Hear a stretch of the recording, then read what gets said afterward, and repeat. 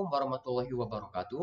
Hello everybody, my name is Raditya and I am from Marwan Pekanbaru. And today I will be acting as the first speaker of the opposition team with today's motions of this House prefer a war where welfare programs are done through direct cash transfers as opposed to food and or basic necessities handouts. Now, as the opposition, I stand firmly in against of today's motions because what we like to show you and tell you is that because usually cash is misused and are very vulnerable to some kind of hacking, and instead programs that relies on handouts are more effective in targeting the issues that are very apparent in people that are considered low income, especially in the context of Indonesia. And now, I will let's just get into the points that have been made by the government team. Now, to the first point is that the government team have said that cash gives more dignity and freedom, because although in theory, yes, cash having the freedom of choice to spend the money that has been given to you by the government does give you the freedom of choice. So on how what I know, I'm sorry. What I meant is freedom by giving these people money, they are given a freedom of choice on how they want to spend the money that have been given to them. But this freedom of choice also assumes they are mentally able and are intelligent enough to properly use this money to the best of its ability. Because, like for example, several people who are considered in the low income categories might not be able to might not be able to use this money to the best of its ability. Like for example, what about people who are mentally ill, children who doesn't have any parents and are considered orphan, and addicts who spend most of their money on their addiction?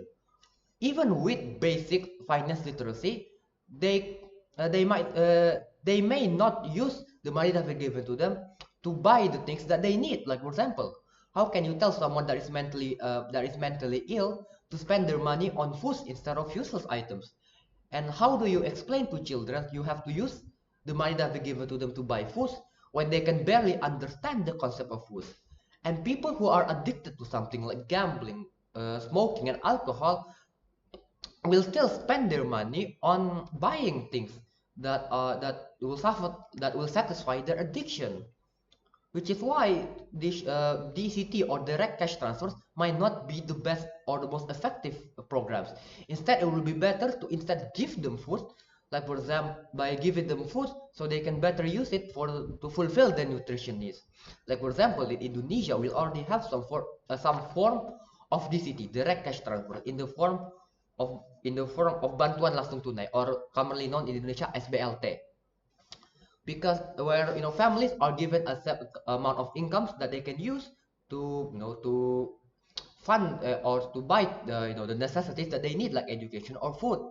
But research have also shown that that families use this money to buy items that are not that is not necessary for their survival. Like for example, maybe buying phone credit, but to pay off their informal loans that they receive from loan sharks, or maybe buying it on cigarettes.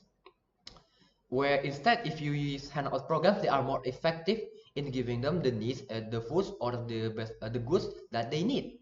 Now, continuing to the second point, in which cash is more efficient and cheap to deliver. Where, although yes, lower administrative because although yes, DCT does help lower administrative costs, but that doesn't mean they have a better impact compared to handout program. Because in handout, the government usually buy them in bulk, in large amounts, and they usually buy them from local producer. Like for example, Bulog is a state company that produces rice, and they are very often used by the and they are local companies that you can buy rice from, and they usually use and the rice that they get from are from local farmers. And in cash distribution also risks also risk hacking and leaking, because of course when hackers knows that hundreds of billions of rupiah are flowing from the government money to the people, that they might target the the poor people bank account, so they could take their money, especially considering Indonesia have very loose security in term of its cyber security. It's very loose, to say the least. And then continuing to the last point that I want to review is that cash can be targeted with digital tools, because digital access is not universal in Indonesia. Not every families or every individuals has access to a bank account or a stable internet connections.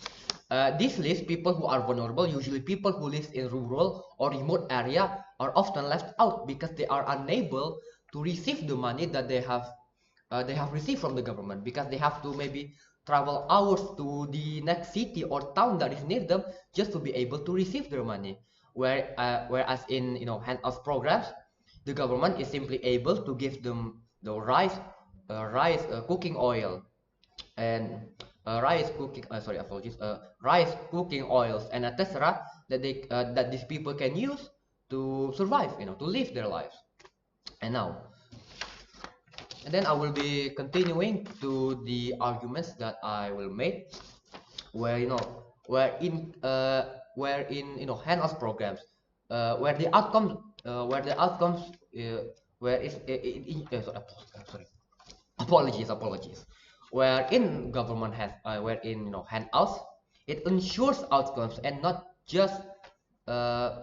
and not just helping them. It also, because of course government handouts is not just about aid, it's also ensuring that each of these people has their need for survival is fulfilled.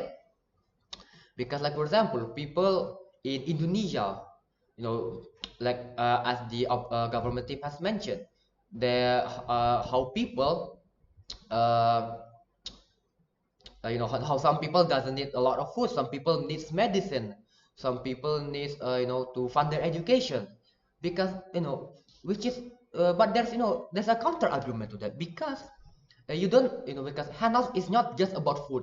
It can also be expanded maybe to education. It can also be expanded to medicine. It's not just locked into food. It can also be expanded to other items, not just food. Which is why I, as the leader of the opposition, would like to say we are strongly against today's motions, because there is simply better altern because direct cash injections is still very vulnerable to hackers, and the people of Indonesia uh, uh, has not does not have the required digital infrastructure to suffice it. That is all from me. Thank you. Assalamualaikum warahmatullahi wabarakatuh.